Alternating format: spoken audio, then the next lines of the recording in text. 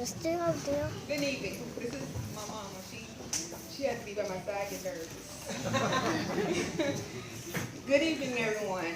My name is Lakeisha Charles, and I am the extremely proud parent of Stevenson Charles and Jacob Nicholas Charles. And my pride has only grown exponentially since becoming part of Dunbar Elementary.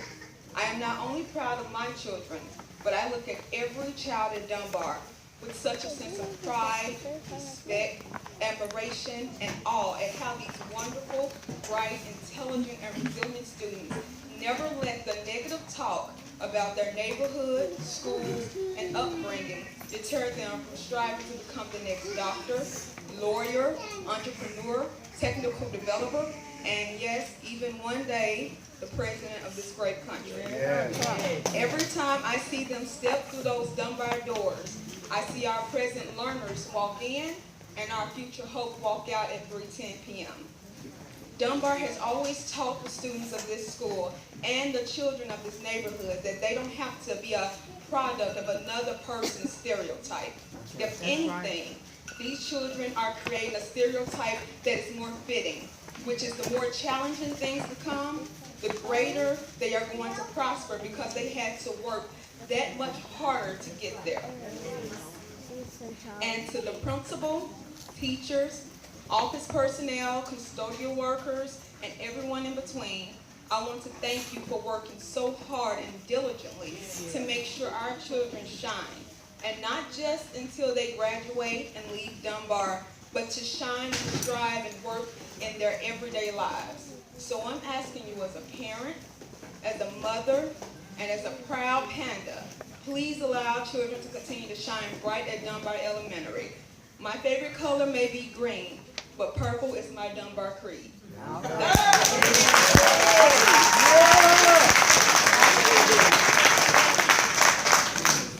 Good evening. My name is Kamari McElroy. I'm the student council president for Dunbar Elementary. I came before you in November and in December to tell you you should not close my school. Well, I'm back again and I'll keep coming as long as needed. We are a great school with 300 plus students. Some of us have been inducted into the VIP, Very Intelligent Panda Club. In order to become a member, we have to score 85% or higher on the state test. We are learning. Also, this has been very hard on us, the students. We can't think about science projects or book reports knowing you want to close our school and split us up. Instead of discussing reading, math, science, or social studies, which is what Dr. Gentry tells us to do every day, we are discussing and worrying about where we'll go, how we'll get there, and where we see our friends. We are affected too. We are doing great things at Dunbar. Please don't close our school. Orange Mound needs Dunbar. Parents need Dunbar. We, the students, need Dunbar. Thank you.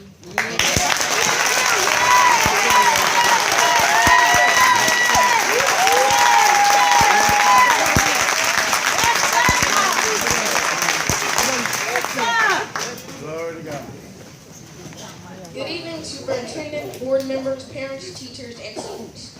My name is Stevenson Charles Jr., and I am a member of the VIP and Art Club at Dunbar Elementary School. I am the proud son of Lakeisha and Stevenson Charles Sr. I am also the proud elder sibling of Jacob Charles, who attends here at first grade. He has stellar grades, an example set by me, and so do I. An example set by Dunbar Elementary School. Dunbar Elementary School is great. Let's just admit it. Dunbar has been home to many students, some who have been here since pre-K. And they admit that these years at Dunbar have been the best years of their life. The faculty and staff here do fascinating jobs. We have a hands-on science lab in which we learn among numerous other extracurricular activities. The teachers teach us in a unique, fun, yet challenging way. Dunbar makes no excuses. If our grades fall down, we can raise them back up before we can even say Proud Panda. Because this school means so much, not only to me, but all of us. If Dunbar Elementary School were to close, think of how many friendships and close bonds we lost. Because school is about learning and having fun. And as a proud panda, please don't take that away from us. Being a student at Dunbar has made all the students president-worthy material, and this is extremely important to us. So I ask of you again, do you really want to take that away from us? With all that being said, I beg of you, keep Dunbar Elementary School open. Yeah. My favorite color may be blue, but Dunbar purple is where I grew.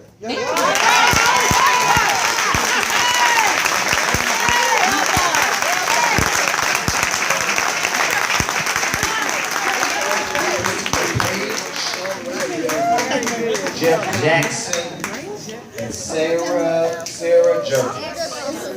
Christopher Page, Jeff Jackson, and Sarah Jerkins.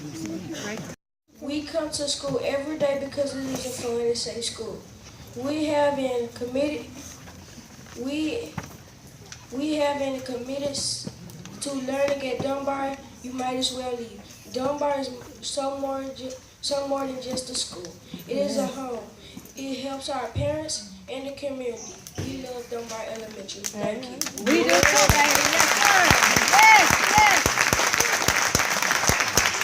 My name is Jeff Jackson. I am one of the associate pastors at Brown Missionary Baptist Church and also a volunteer here at Dunbar.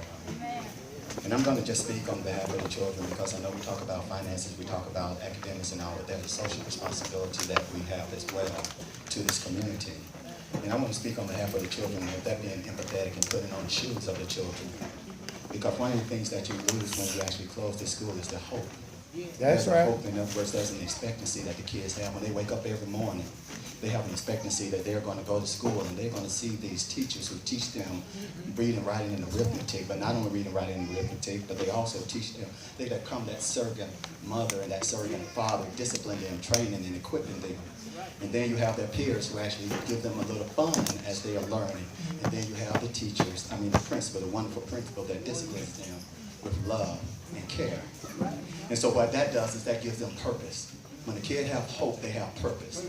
And with that purpose, they wake up in the morning knowing that they're going to go to school and they're going to receive some of the things. They got expectancy in their heart.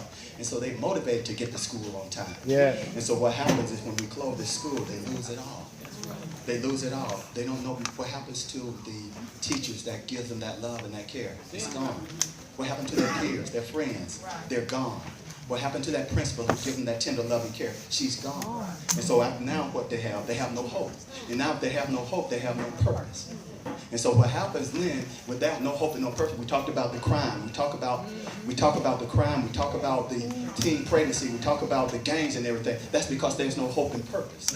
And so what we do when we close this school is that we actually give them no hope and no purpose, and they have nothing to lose.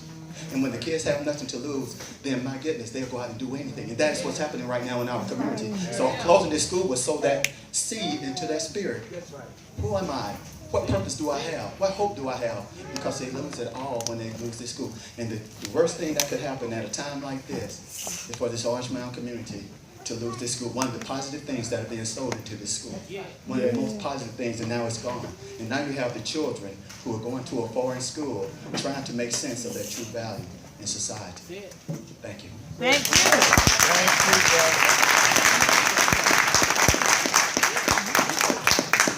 Thank you. My name is Sarah Jerkins, and I'm the Director of Education for an organization called Arise to Read. You heard earlier from Miss Gwen Rowland, who spoke to you about the volunteers serving here.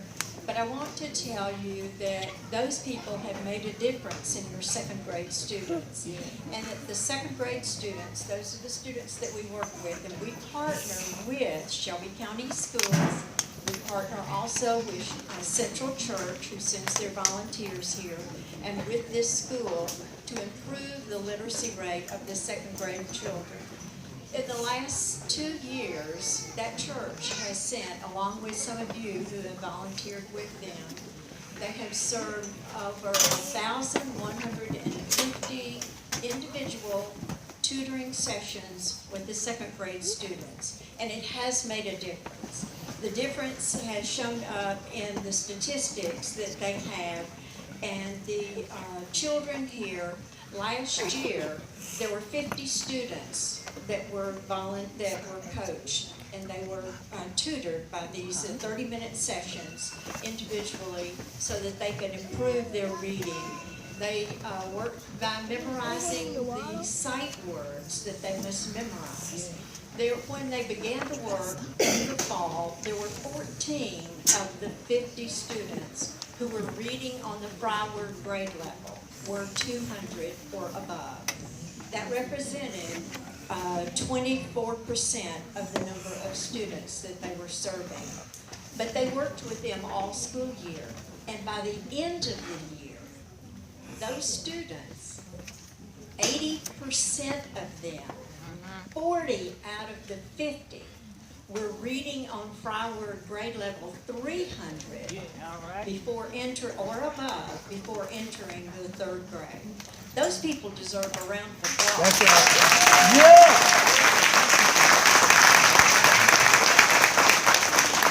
There are some good things going on, and they are making a difference. So Rise to Read does partner with Shelby County Schools. We're in 17 different schools, and I commend you for your work with your students in moving them forward.